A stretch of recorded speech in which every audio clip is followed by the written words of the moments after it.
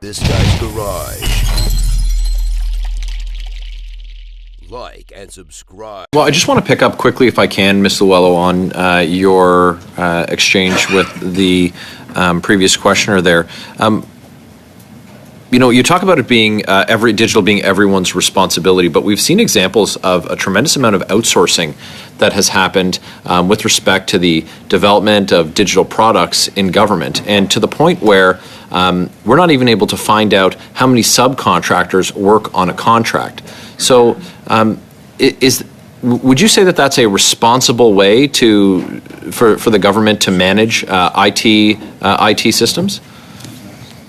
So I can't speak to the procurement approach, so that's out of my lane, but I can tell you there's no world where we're going to fix this, where we're not going to need to work with contractors and professional services firms. We do not have the capacity inside government to solve the problem by ourselves. And as someone who's played that role in a number of large companies in Canada, I've always relied on a balance of our own people and firms that are well equipped to do the thing to deliver digital.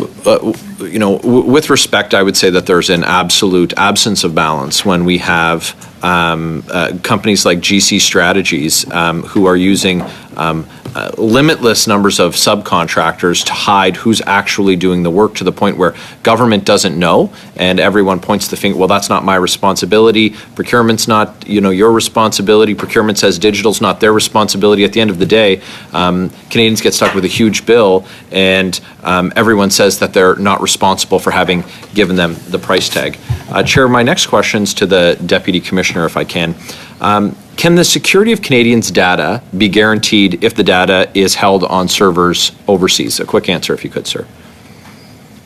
Thank you, Mr. Chair. Again, it's a challenging question in the sense of depending on the encryption levels, depending on the actual servers, et cetera. So it can't be guaranteed. So it can't be guaranteed. I don't think any specific system, you do all you possibly can, but it is at risk. Does Beijing use social media to target dissidents in Canada? A quick answer, if you could. There's a variety of, Mr. Chair, there's a variety of means that China and other foreign actors use to target dissidents and conduct foreign interference activities, and the use of social media is definitely one of those means. Did the illegal so-called police stations that were being run by the dictatorship in Beijing, was the information that they were using to target the diaspora community in Canada, was that gleaned from social media data harvesting? So the alleged police stations is still very much an active and ongoing investigation, and therefore I can't provide any further details on that, as it could compromise the investigation. Would like to move a motion, if that's okay, and I'll read it out. That notwithstanding any previously adopted motion of this committee, that in relation to the committee's social media and foreign entity study, A, that the committee send invites to any witnesses who have not yet been invited, and re-invite, as necessary, witnesses that we are still waiting for an answer to appear. B, that the committee issues a summons for the following witnesses to appear as soon as possible. Firstly, Garrick Tiplady, Vice President, Global Business Group and Country Director of Meta Canada. Secondly, Sabrina Jeremiah, Vice President and Country Managing Director of Google Canada. Thirdly, Paul Burns, Managing Director of Twitter Canada. Fourthly, Xu Zichu, CEO of TikTok. And C, that the committee dedicate as many meetings as possible to complete the witness testimony, and that the committee not hear from any witnesses on studies related to another topic until the committee is satisfied that all witnesses in A and B have testified, and that the committee set a deadline of Tuesday, November 28th at 12 p.m. Eastern Standard Time to submit new witnesses to the clerk of the committee, and very importantly, Chair, that all witnesses be given reasonable notice to prepare and attend committee meetings. And I believe that the copy of this motion has been sent to the clerk. I understand that there are some topics of discussion that this committee has undertaken that certainly make the government uncomfortable, but I think that it's a wide-reaching motion where it basically says that this may never end. Chair, I would move a amendment to Ms. Khalid's motion, and it be simply that C be deleted from the motion. Would be interested to know if you sought from committee consensus to action item A from Ms. Khalid's motion, and without just on consensus, and to fit those folks in based on the work plan that was approved by the subcommittee. So if you have time to do that in the remaining 3 minutes that we have before we run out of resources, and then we can deal with Mr. Currick's amendment and the main motion. But that instructing the chair to just send invitations to everyone that's on the witness list, I don't think requires a motion. It could be done on consensus. Okay. We were going to get to that point anyways. The problem that we have right now is that we have an amendment that we need to dispose of or deal with. So we've got Mr. I mean, if it's the consensus of the committee for us to send, no, sir. It's not? Okay, so there goes that idea. Okay. So we do have a hard stop right now. So I'm going to have to Adjourn? I'm going to have to adjourn the meeting because I've just been indicated. I'll give you a pass. quick second here. Go ahead, Chair, sir. I would really implore you to get the votes in for the amendment. Let's vote on this motion as quickly as possible, because again, this Not out of is time. further delaying the study, Chair.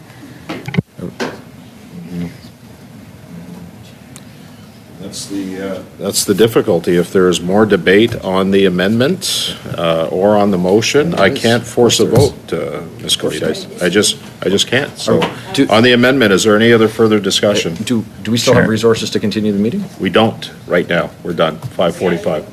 Okay. For resources? I'll leave that to the clerk to respond to. But we've been emailing some of the technical people, and we've been told we have a hard stop. So 5:45. We're at that point. We're past that point right now. Then we should adjourn. Mr. I'm not sure, Chair, if there's anybody else on the speaking list. I think that there. Mr. Currick is on the speaking list. Okay. Go ahead, Damien. Yeah, thanks, Chair. I think that in regards to my amendment, I think it's pretty straightforward and will be the evidence required to find out whether or not this motion is in good faith or simply an attempt to hide from accountability. So I would, with that, simply leave those comments. I think that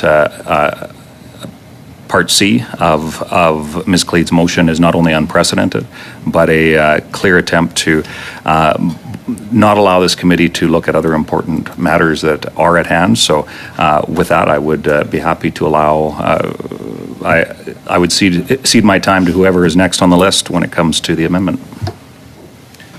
Okay. I don't have anybody else on the list. So I'll call the question on the amendment. Get a recorded vote, please. And so we'll have a recorded vote on the amendment.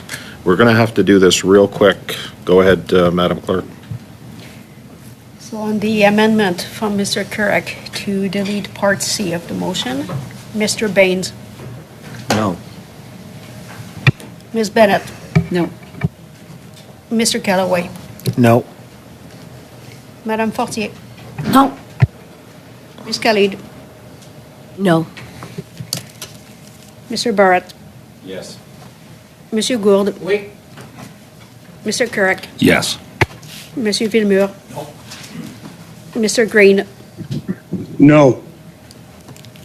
Okay, so the Yeas 3, nays 7. the amendment carries. We're now on to the main motion. Sorry, the amendment was defeated. Sorry about that. I can't do this. I can't take any more. We've got competing committees here tonight. We've got Finance and OGO that are dealing with this. The clerk has advised me that I can't, we're on the main motion. I can't do this, so I'm gonna have to, so we'll, sorry, go ahead. So just the The clerk has advised me that if there's a desire to continue this, I just need a confirmed speaking list for when we resume this and whether there's a desire to resume this on December 4th. Okay? So, December 4th. Well, because Because on the 29th, we have witnesses. we have witnesses on the 29th. So, is there a desire to have a speaking list when we resume? Okay? I see several hands. So I'm going to move to adjourn the meeting. Yeah. Okay? Chair, if it's okay, I mean, if it's just a quick vote on the main motion, can we? We're adjourning. Look, I have speakers on the main motion. I can't continue My this. apologies. So I'm going to adjourn the meeting.